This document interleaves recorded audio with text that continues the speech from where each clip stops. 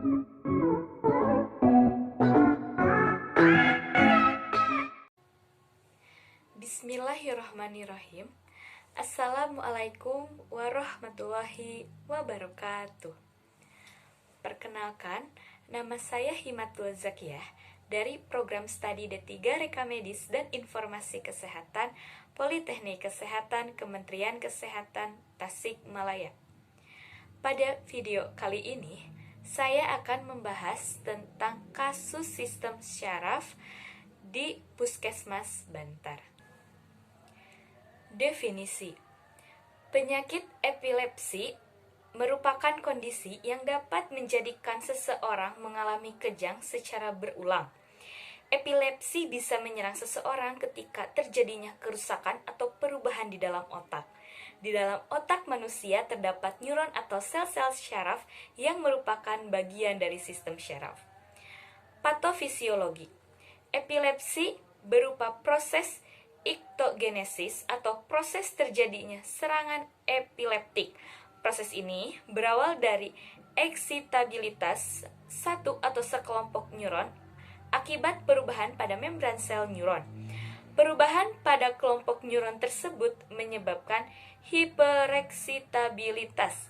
Proses timbulnya eksitabilitas berbeda pada tiap fokus epilepsi.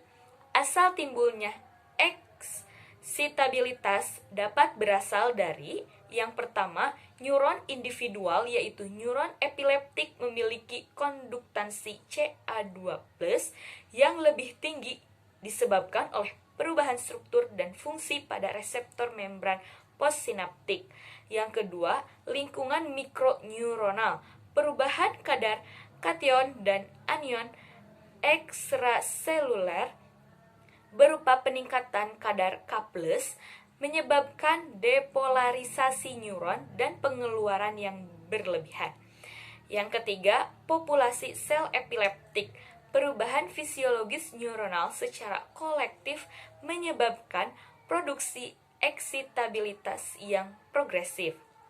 Adapun tanda dan gejalanya, yang pertama, kejang berulang lebih dari 5 menit, pernapasan atau kesadaran tidak kembali setelah kejang berhenti, yang ketiga demam tinggi, dan yang keempat kelelahan akibat panas.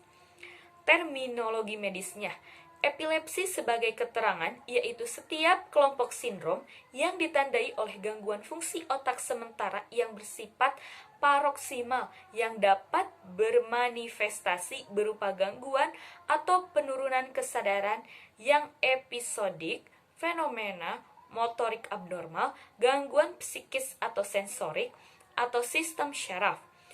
Otonom gejala-gejalanya disebabkan oleh kelainan aktivitas listrik otak. Kodifikasi penyakit epilepsi. Liternya epilepsi. Pada ICD-10 volume 3 ada epilepsi dengan kode G40.9 pada halaman 260. Lalu kita mencari di ICD-10 volume 3 G40.9 epilepsi unspecified pada halaman 361. Adapun tindakannya pada ICD-9-CM Index to Procedures halaman 415 Litterm Rehabilitation Mean Drug dengan kode 94.64. Lalu ke ICD-9-CM Tabularis of Procedures halaman 257 kode 94.64 Drug Rehabilitation. Kode akhir pada ICD-10 yaitu G40.9 dan tindakannya ICD-9-CM yaitu 94.64.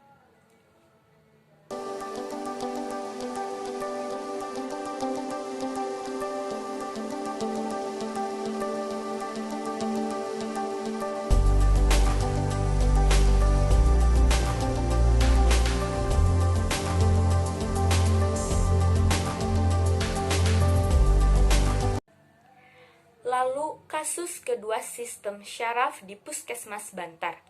Seorang pasien dengan nomor reka medis E10XXX berinisial Tuan W berusia 45 tahun berjenis kelamin laki-laki datang ke Puskesmas Bantar, daftar ke poliklinik umum dengan keluhan mata sebelah kanan susah berkedip dan bibir terasa bengok agak miring. Riwayatnya hipertensi itu tidak ada.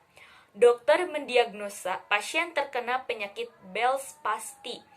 Kode diagnosis penyakit Bell's palsy pada status dokumen rekam medis adalah G51.0. Pengobatan yang diberikan adalah metilprednisolon, tablet 4 mg, dan vitamin B kompleks. Salah satu contoh penyakit yang berhubungan dengan sistem syaraf yang ditemukan di Puskesmas Bantar adalah penyakit Bell's palsy.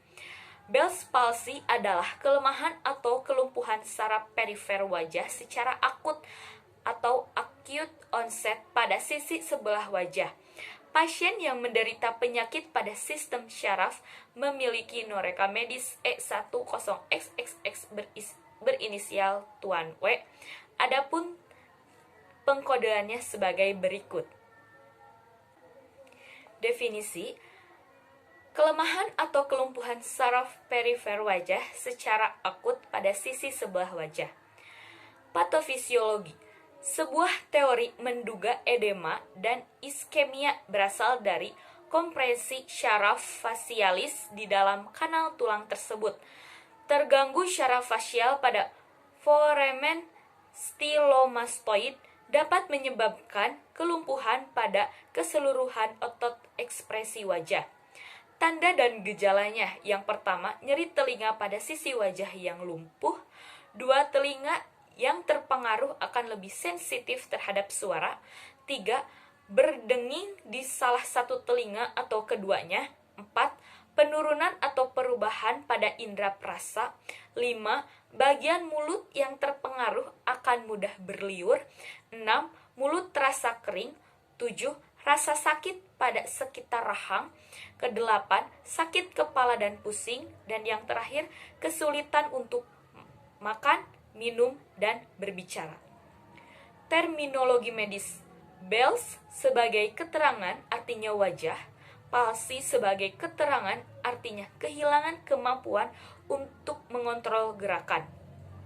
Kodifikasi penyakit: Litterm, Bell's ICD-10 volume 3, Bell's dengan min 1 palsy atau paralisis dengan kode G51.0 pada halaman 76. Lalu di ICD-10 volume 1 dengan kode G51.0 Bell's palsy pada halaman 364 dengan kode akhir G51.0. Untuk tindakan tidak ada karena dirujuk ke rumah sakit.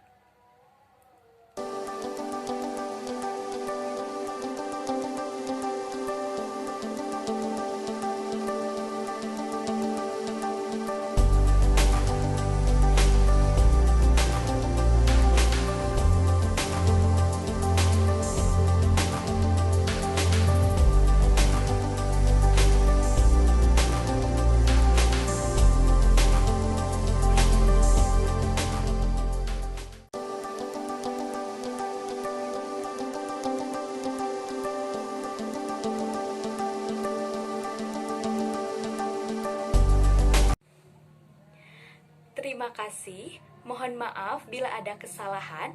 Jangan lupa memakai masker, mencuci tangan, dan menjaga jarak.